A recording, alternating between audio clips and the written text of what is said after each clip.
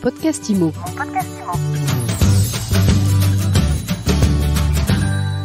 Bonjour et bienvenue dans ce nouvel épisode de mon podcast IMO, le podcast de MySuite IMO, le podcast qui vous fait du bien.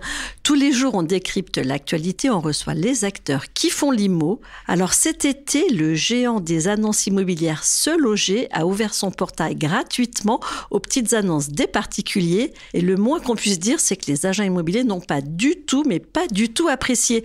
Eh bien, c'est le thème de l'interview du jour et on en parle avec Franck Le Tendre. Bonjour. Bonjour Ariane. Vous êtes vice-président des opérations au sein d'Aviv, la marque chapeau qui regroupe Se Loger, Meilleurs Agents et Logic Immo. Avant d'entrer dans le vif du sujet, vous nous rappelez la stratégie d'Aviv vis-à-vis des professionnels de l'immobilier ? Oui, absolument, avec plaisir. En fait, la stratégie d'Aviv elle repose globalement sur trois piliers essentiels. Le premier, évidemment, c'est celui d'être en capacité de s'adapter à l'évolution du marché. Et on voit bien que 2023 a été une année où on a vécu un coup d'arrêt assez brutal en termes de transactions immobilières. On a un marché qui recule de 20% globalement et les prévisions sur 2023 vont faire atterrir à peu près à 890 000. On va passer sous la barre des 900 000 transactions. Je commente même pas l'évolution d'accès au crédit, la production de crédit en berne, la baisse des prix, ce qui n'était pas arrivé depuis 20 ans. Donc voilà, des conditions de marché qui évidemment créent beaucoup d'inquiétudes et beaucoup d'interrogations. Donc notre première stratégie, c'est d'être en capacité de s'adapter à ça, d'adapter nos offres pour que on aide nos clients à être performants. Le deuxième aspect de notre stratégie, c'est notre capacité à innover. Moi, je crois fondamentalement que c'est dans les périodes difficiles, dans les périodes de crise, qu'il faut se réinventer et qu'il faut être capable de reposer les bases et d'aller sur des sujets où on n'était pas forcément allé auparavant. Notamment, l'ouverture de la plateforme de Se Loger aux particuliers s'inscrit dans cette stratégie, mais on en parlera sans doute un peu plus tard.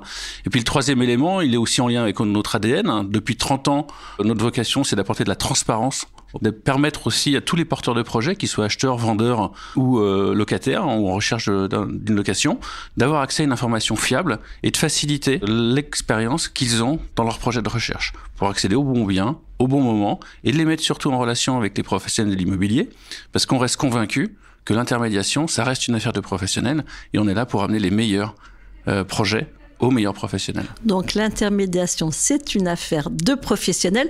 Le marché ralentit. Et là, vous vous dites, eh bien, si on ouvrait le site aussi aux particuliers ? Alors, la réflexion autour de l'ouverture de la plateforme aux particuliers, elle s'inscrit pas dans une logique de ralentissement de marché, elle s'inscrit plutôt dans une logique d'anticipation du marché. On sort d'une période qui était une période un marché plutôt orienté vendeur. On est aujourd'hui en train de basculer sur un marché qui est plutôt un marché d'acheteurs et l'acheteur solvable devient une denrée rare et l'objectif c'est d'aller trouver cet acheteur et ce qu'il faut savoir c'est que nos auditeurs le savent, on est sur un secteur dont les positions des professionnels stagnent depuis à peu près 15-20 ans. Donc on est sur un marché qui s'équilibre entre des transactions qui se font par des professionnels, des transactions qui se font entre particuliers. Cette proportion reste à peu près la même, à 5-10% près. Et donc on a en gros entre 45 et 55% des vendeurs qui déjà dans leur démarche commencent par essayer de vendre seuls.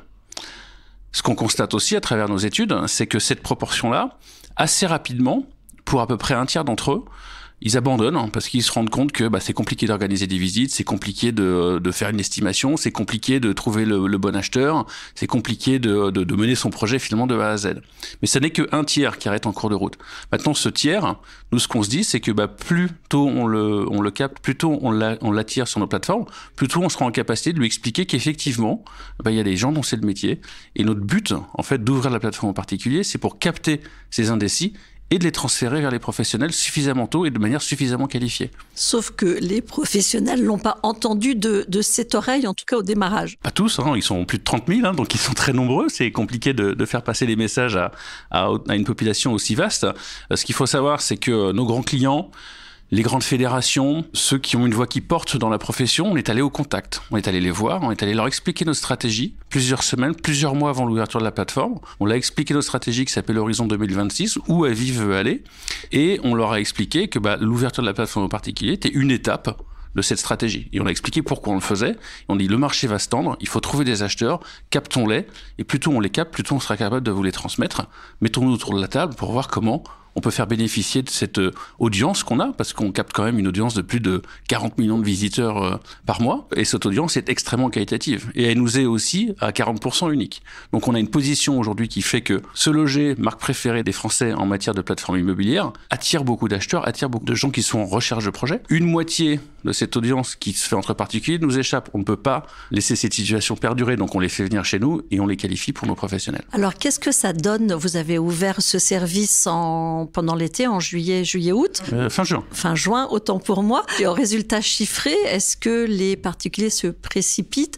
Du coup, vous vous positionnez finalement face au PAP? Alors, on a aujourd'hui, à date, à fin septembre, on a un peu plus de 6000 annonces de particuliers en ligne. Dans un contexte où, vous n'aura pas échappé, on n'a pas fait de grandes campagnes nationales, on n'a pas beaucoup communiqué autour de l'ouverture de la plateforme. Pourquoi, tiens, d'ailleurs? Parce qu'on est dans une démarche un peu spécifique ou classique de lancement de produits, j'allais dire. On teste déjà la plateforme, on voit comment se déroule le parcours de dépôt d'annonces. Voilà, on est dans une démarche plus de test and learn, comme on dit, et on voit comment marche le référencement organique, comment le contenu est accessible, accédé. Enfin, on a toute une démarche de montée en puissance. Donc on est plutôt dans cette phase-là aujourd'hui.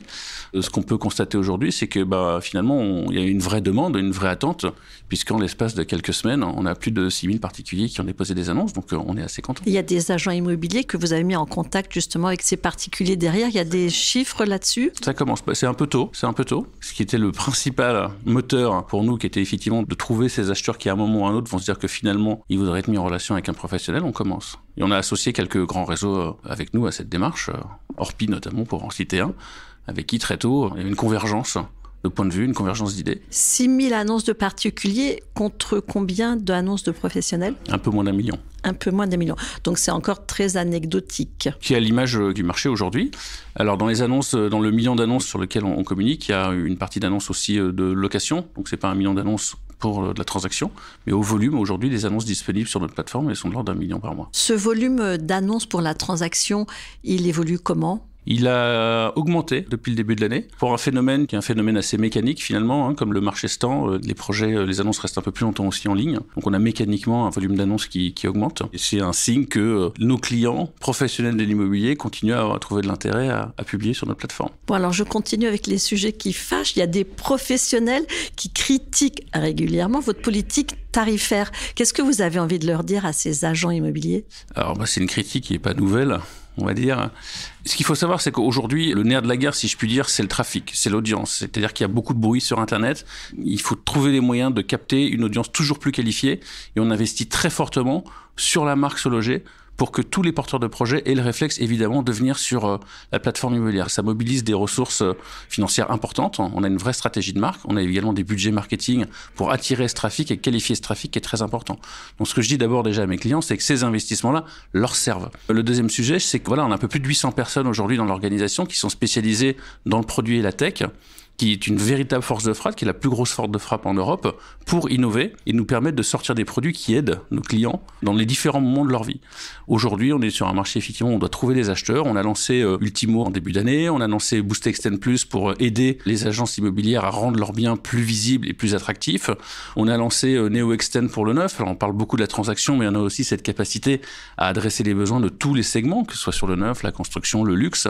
Et donc, tout ça requiert des investissements importants et on est constamment en train d'innover. D'où des tarifs qui peuvent augmenter. Des tarifs qui sont, de notre point de vue, en lien avec le retour sur investissement que nos clients sont en droit d'attendre et qui répondent à l'ensemble des besoins d'une agence, que ce soit celui de trouver des acquéreurs qualifiés, mais que ce soit aussi celui de trouver des mandats. C'est pas parce que le marché a basculé que le nerf de la guerre, pour autant, n'est pas là. Il faut continuer de trouver des mandats et on a une vraie expertise issue notamment du rachat il y a quelques années de meilleurs agents et de leur savoir-faire en matière de qualification de lead vendeurs. Alors quand le marché bascule, la trésor se tend chez les agents immobiliers.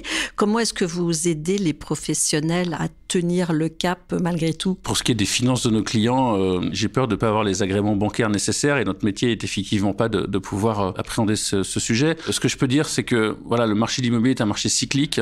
On a connu 2015, on a connu les subprimes. L'immobilier n'échappe pas aux règles que toutes les industries rencontrent et malheureusement notre histoire contemporaine nous montre que les crises, il y en a tout le temps. Mais ces crises aussi nous apportent des enseignements. Il y a en général 2 grandes catégories de réactions. La première qui est effectivement de couper tous les budgets, de faire l'autruche, de faire le dos rond, d'attendre que l'économie reparte. Puis il y a ceux qui posent un peu les dogmes, qui posent leurs idées préconçues, qui sont capables de repenser ce qu'ils font depuis 30 ans et de se dire c'est le moment d'investir, c'est le moment de me réinventer. Nous, on est à la disposition de cette deuxième catégorie. Ce qu'on sait, c'est que la première, elle redémarre pas. Elle redémarre même tellement lentement que souvent, elle survit pas à la crise. Donc la deuxième, on dit nous, on est là. On a les capacités d'innover. La porte est ouverte. On est là pour co-construire. Parlons-nous et trouvons des solutions ensemble. Et c'est ça mon message. Merci beaucoup, Franck Le Temps. Donc, on entend votre message. Parlons-nous. Merci pour cet échange sans langue de bois. Je rappelle que vous êtes vice-président du groupe Aviv. Quant à nous, on se retrouve très vite pour un nouvel épisode de Mon Podcast Immo. Tiens, d'ailleurs, vous êtes de plus en plus nombreux à nous écouter, à nous suivre sur toutes les plateformes. Merci à tous. Et si vous n'êtes pas encore abonné, faites-le illico sur mysweetimo.com. Vous pouvez aussi nous écrire, nous poser vos questions et on y répondra dans un prochain épisode. Mon Podcast Immo. Mon Podcast Immo.